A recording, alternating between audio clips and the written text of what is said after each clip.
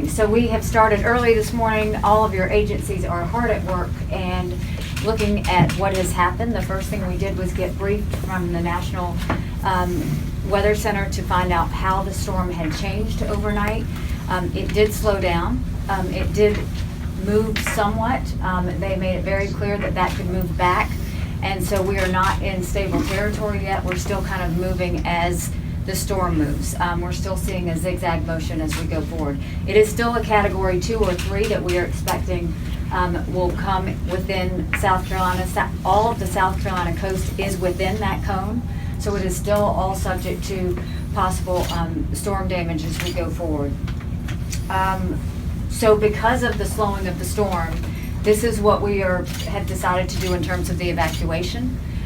The greater Charleston area, greater Charleston County area, and the greater Beaufort County area will go on with the evacuation at 3 o'clock. That will include the lane reversals of I-26.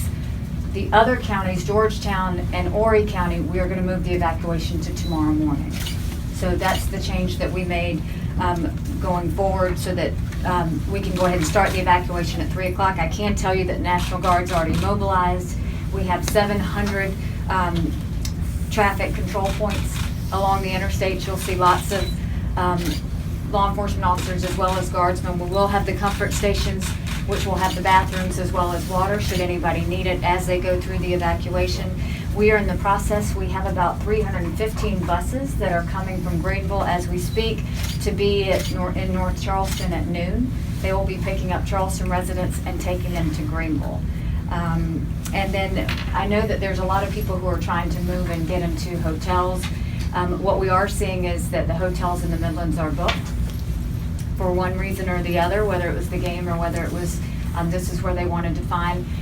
If you are looking for a hotel, we'd recommend you go online, Airbnb or Expedia, to find out what's open. There's plenty open in the upstate area still. Greenville, Spartanburg, there's a lot open. There's sporadic open in the low country, but the Midlands does seem to be pretty full at this point. With that, I think we are, I'm going to go ahead and open it up for questions and let you know that we will be having another press conference this afternoon just to give you an update on traffic and an update on everything else going forward.